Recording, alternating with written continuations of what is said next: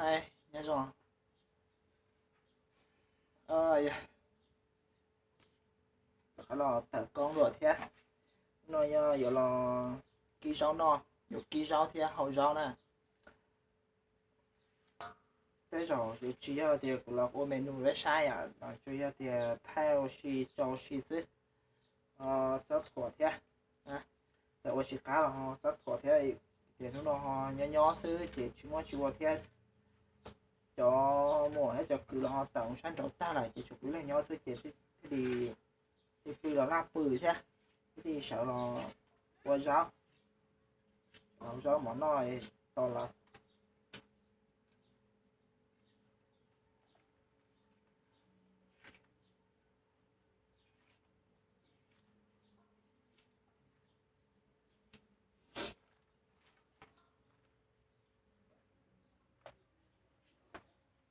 ok thọ tao là chị bây giờ cho một ký nè.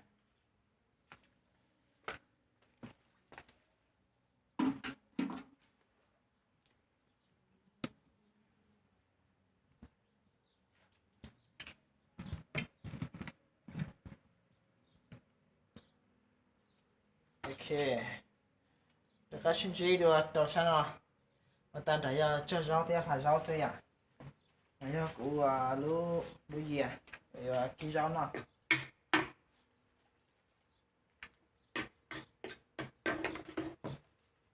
nhớ cho hậu viện thì nhớ cho tới thằng lầu với chủ nó tới rau nó xứ thì nó chở rau pa nó chở rau pa nó phải vô cho hào nó thì cũng như nó rau pa hào để nó mà cũng như nó ký.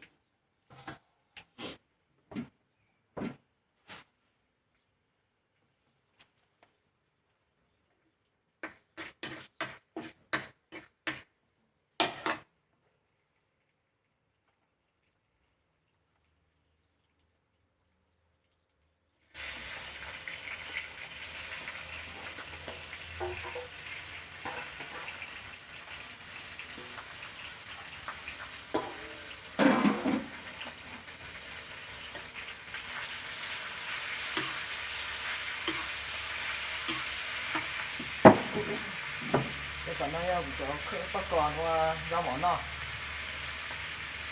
đây này cái chỗ bắt còn cái rau món nó nè của nó tàn cái này chơi chứ.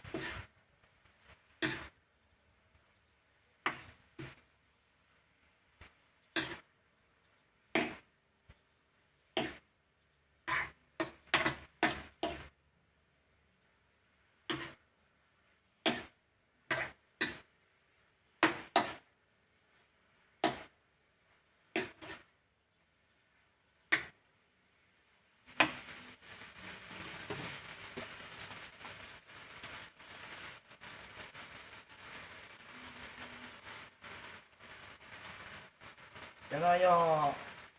do mỏ sủa nè cho nó là cho ăn sủa cho trâu họ nếu nhìn nó cứ cho trâu thế nếu có dụ sự sản tạo nè không mình chỉ có sói mà chung chữa.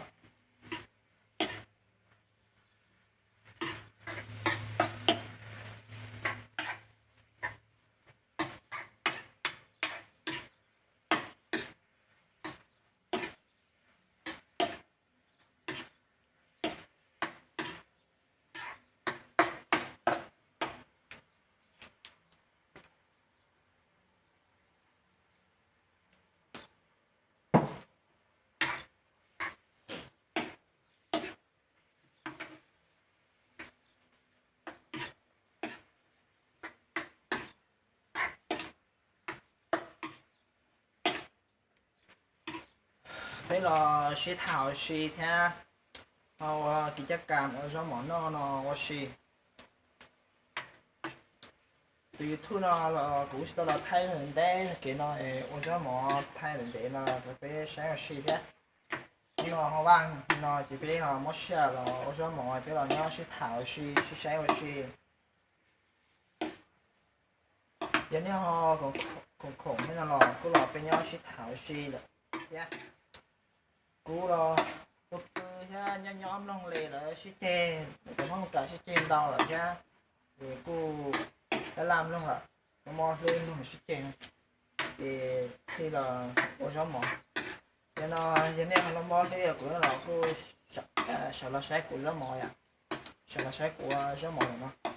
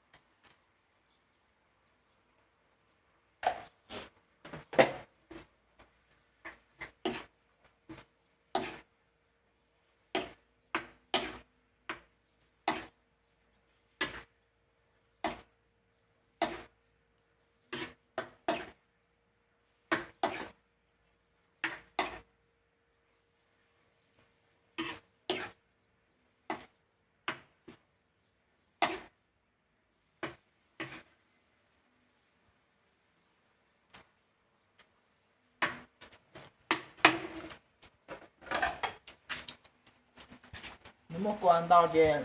vừa đào cho nó tài nó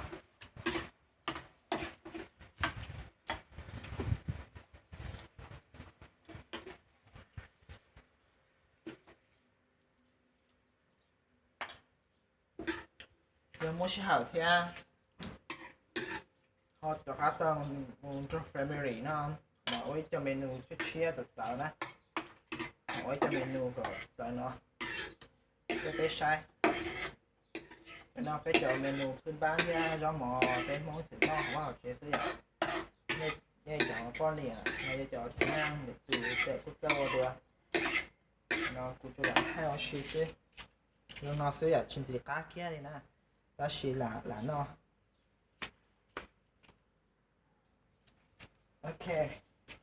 nó cho menu hao hao giống nó đúng không có thêm là do menu hao nó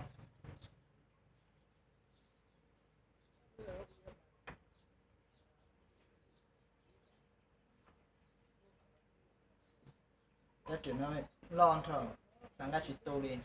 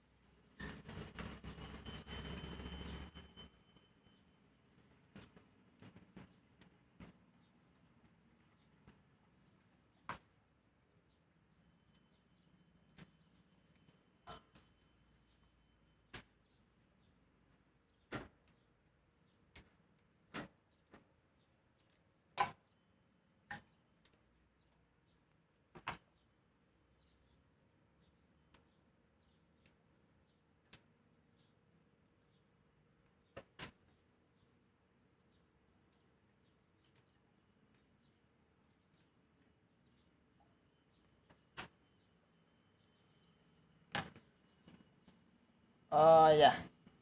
quy trình ta tỏ cho gió nào nè cái sổ đây có giờ to tinh tế cái cha plon tế vào rồi nó chỉ mà chúng chờ gió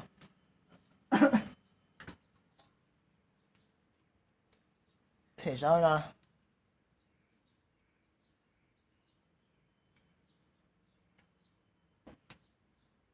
cái chỉ năng qua chỉ thể nó nó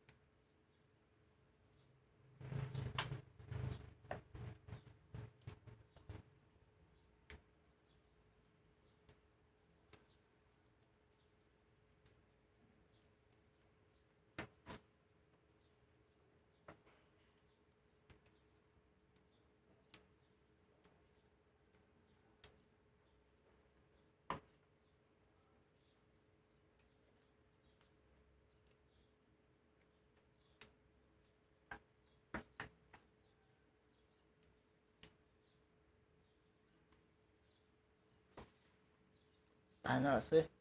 thì bây giờ phá một hơi rau rồi ạ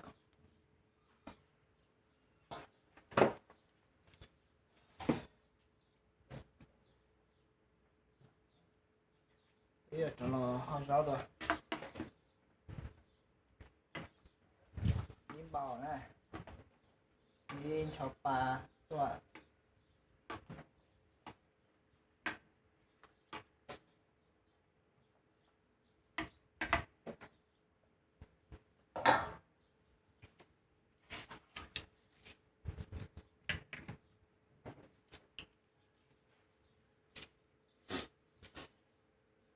bé chỉ tao chỉ bảo lì nhá học YouTube nó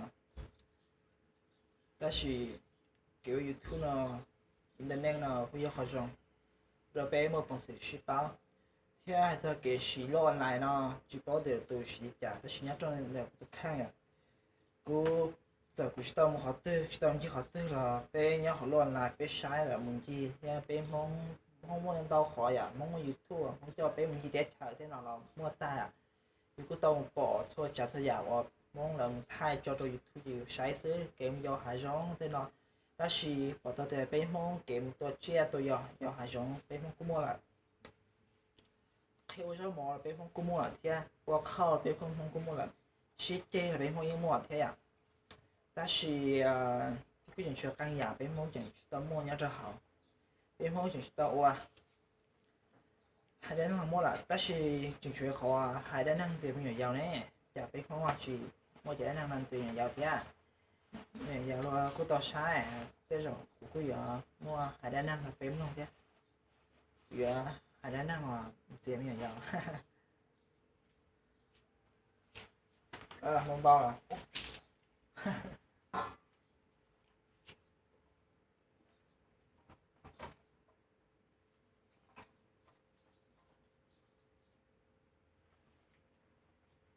do sợi chả nè đó là nhau này nó chỉ thay đến đây để kiểu do mỏ ở xí xứ do sợi chả thế do tôi mua xe hở đến tí là cô và sai của do mỏ đến tí hồi giờ tôi chỉ mua xe hở tao là cô như sai mẹ sẽ là tạm rồi cũng用xe thế ở giờ chỉ nhảy xe đó mọi những lần này là chỉ chơi nó là hai nhiều một lần chỉ là cô ấy chỉ xe là tao tao xe là tôi nhớ nhiều là cô là xe bé chỉ thẳng xí ra nhau xí YouTube nó YouTube giờ ít cho xe cái thực khai chứ giờ có thể đào xe được bé chứ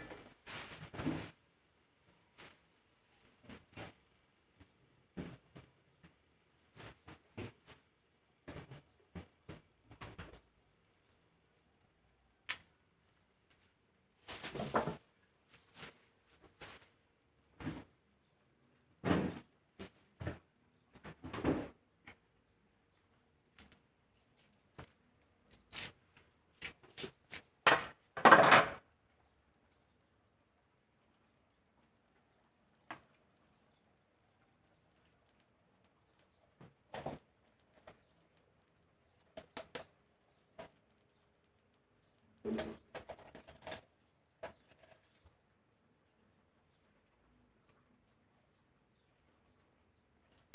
rau mỏ nó xuân đâu cũng chưa nhìn nó bên ngoài cho này thì nó sáng là bên ngoài dần chán thôi giờ bên ngoài nó một con sứ đâu có chở rõ có chở bắt xa phổ này à xin đi có sản bao có một thùng rong có một chở bên ngoài cho một trò chở bắt xa có chở bắt xa khỏi giờ bắt xa có một khỏi nhưng mấy con sứ khỏi tao nó xin chế nó chúng nó con sứ nên nó xin nó chế nó đà cái chỉ hơi khó bên ngoài nó cũng chỉ nó của cho món nó cũng chỉ cho những cái bên ngoài giờ hai tiếng thì nhìn nó bên ngoài chỉ sao chọc lâu cho món nó thì cái của cho món nó chỉ cũng chỉ cho bên ngoài nè thôi giờ coi tôi nhìn nó bên ngoài chỉ nó sẽ coi cho của nhỏ cái cho món thì có tao qua thế cái tao khe của việc có nhìn nó bên ngoài của qua nó cái có tăng kho cho bên ngoài đó thì cũng chỉ nó bên ngoài